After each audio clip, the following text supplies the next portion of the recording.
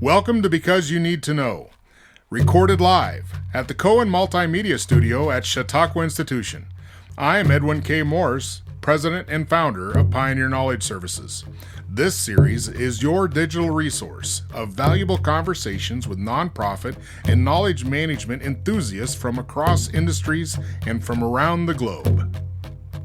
Today our guest, Anthony J. Rhem, PhD. He is an information systems executive and since 1990 has served as CEO and principal consultant of A.J. Rhem and Associates, a privately held system integration consulting, training, and research firm specializing in knowledge management and artificial intelligence. Dr. Rhem consults with venture capitalists and investment firms specifically as it pertains to technology innovations, best practices, and trends. He is a prolific writer with dozens of articles for trade journals in technology, management, and law, and is a recognized thought leader. Dr. Rhem is an active presenter at knowledge management and artificial intelligence conferences globally. How do you approach an organization that wants knowledge management? Well, that's interesting. You really have to first understand what are their needs as far as collaboration, knowledge sharing, and a lot of you don't come to the perspective of what are your knowledge management needs. That seems like a lit question. And so you appeal to some of the pain points. So what are your pain points around, say, collaboration? Are your folks able to access what they need to get jobs done in a more efficient manner? Do you find any areas where there's potentially skills gaps or a lack of being able to share the right type of knowledge to people?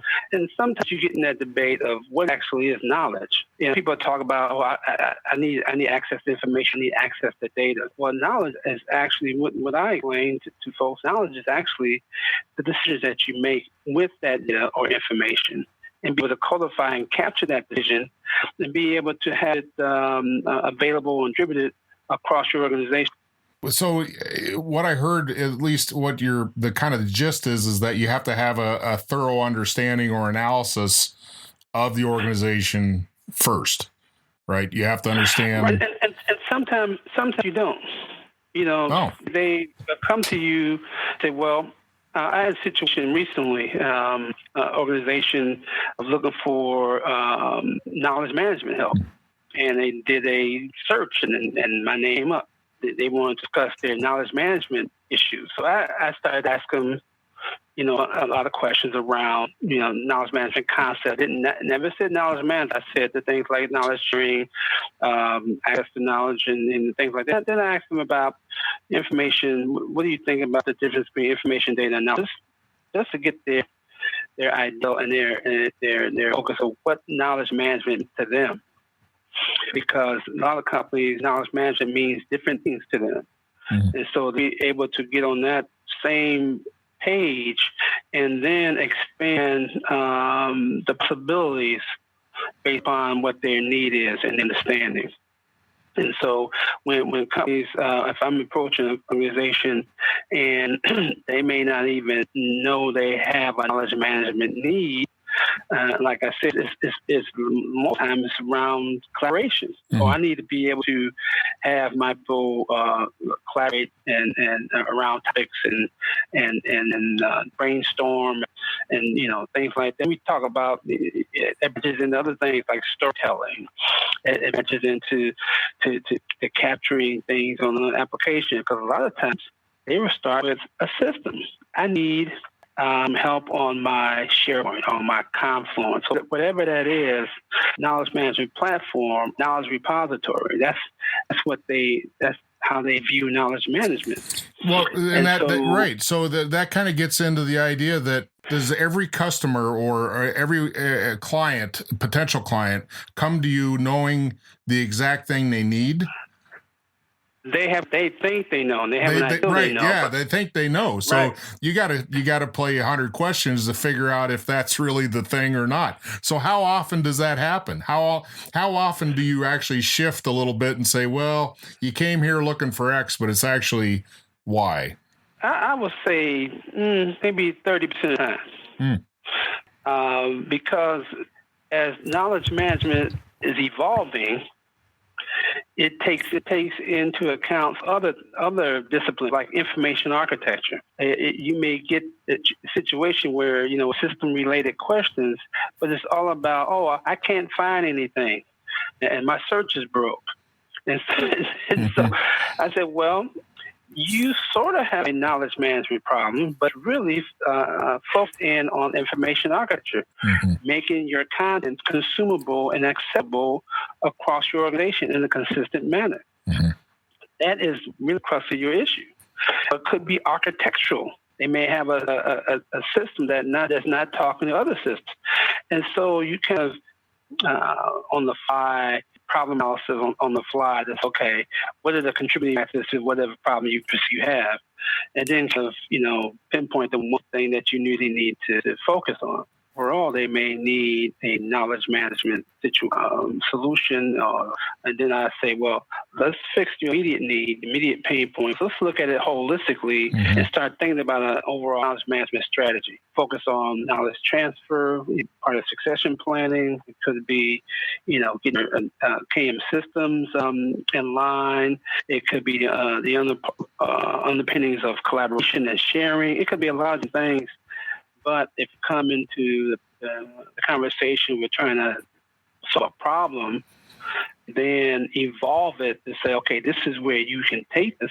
How you analyze an organization, I would think you would stick with the buckets of KM, either it's process, technology, or people.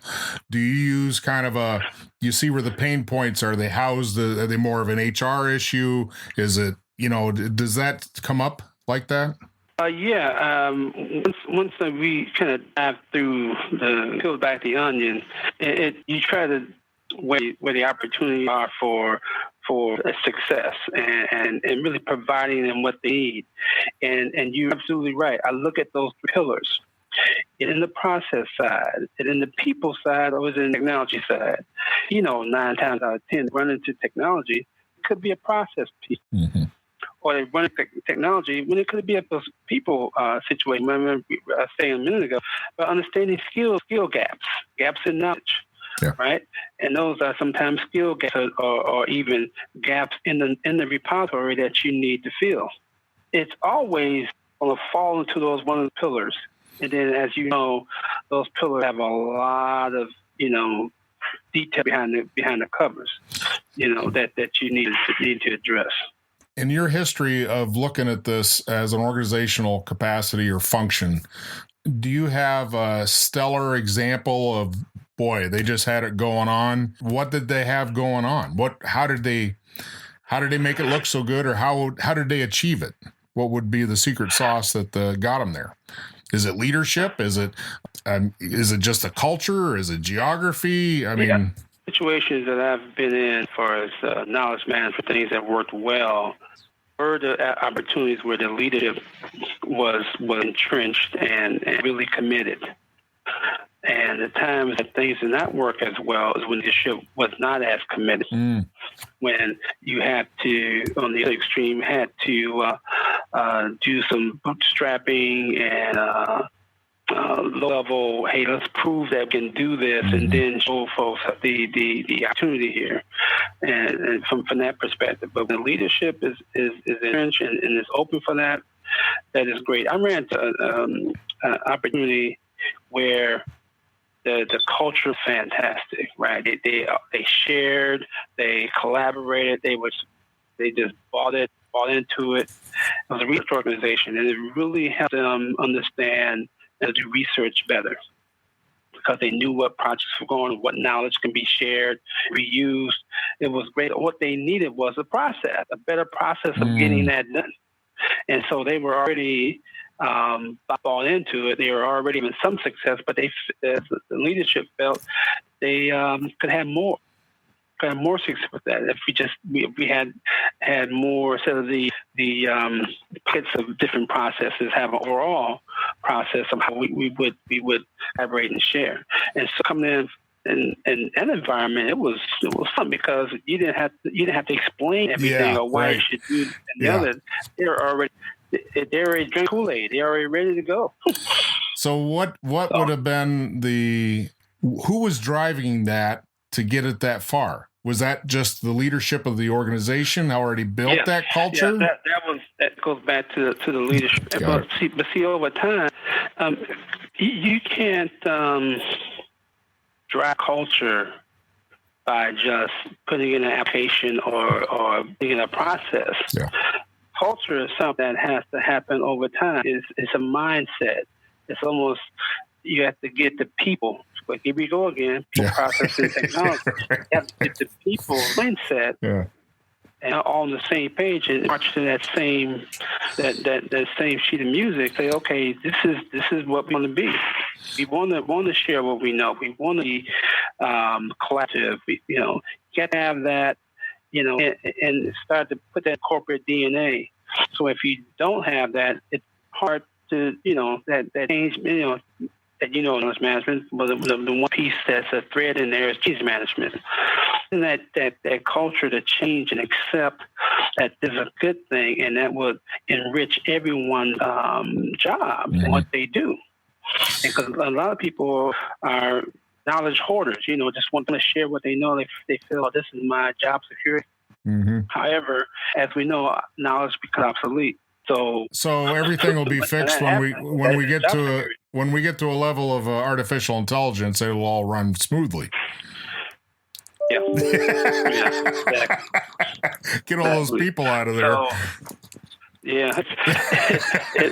It's funny where the industry is going is as you talk to other folks on this amazing podcast you do, is the merging of knowledge management and artificial intelligence.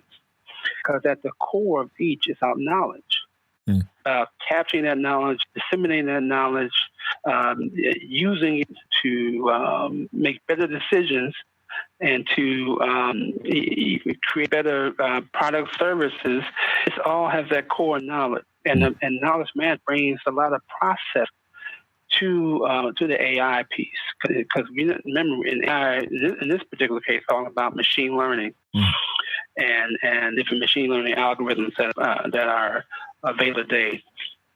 Because AI has other disciplines within it, and that's what I keep teaching, is that AI is the umbrella for different disciplines like robotics, natural language processing, neural networks, and machine learning, virtual reality. These are the sub-disciplines within AI, and they all are blending together.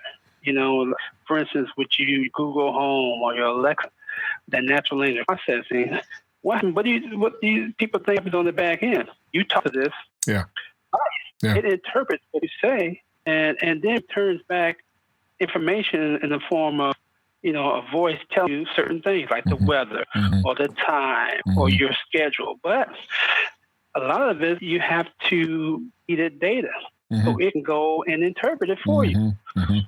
So that data and information becomes knowledge, and the fact that they tell what the temperature is, so you dress accordingly, hopefully, right.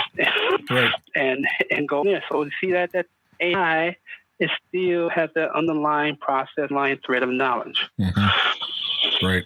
All around doing something, all around action, all around making better decisions. Exactly. Yeah, right. At the end of the day, it's making better decisions. Yeah. The thing we watch out for is if we let AI go on its own way and talking to AI applications without human involved, and they become, communicative between themselves, and you don't know what. Yeah, you don't. Yeah, exactly. Right. Well, we're coming up short on time. I'll finally ask, what's your definition of knowledge management? Oh, man. You ask 10 KM, you get 10 different definitions. For me, knowledge management is the science and the discipline of sharing what you know. Mm-hmm. And in order to, that's the short of it. Sharing what you know in order to improve performance, improve decision making, and improve outcome. That's the skinny of it. And then you go about the onion, there's a whole bunch more underneath that. Right. Well, thank you very much for your time. It's been a pleasure. Well, thanks. I want to appreciate you having me and continue success. Thank you, sir. Recorded live at the Cohen Multimedia Studio at Chautauqua Institution, Because You Need to Know is designed to bring people's experience and their knowledge forward to be shared. I'm Edwin K. Morris, and I thank you for joining in to listen to another conversation brought to you as a public service of Pioneer Knowledge Services, a nonprofit tax-exempt organization with a charitable knowledge management purpose. Find us online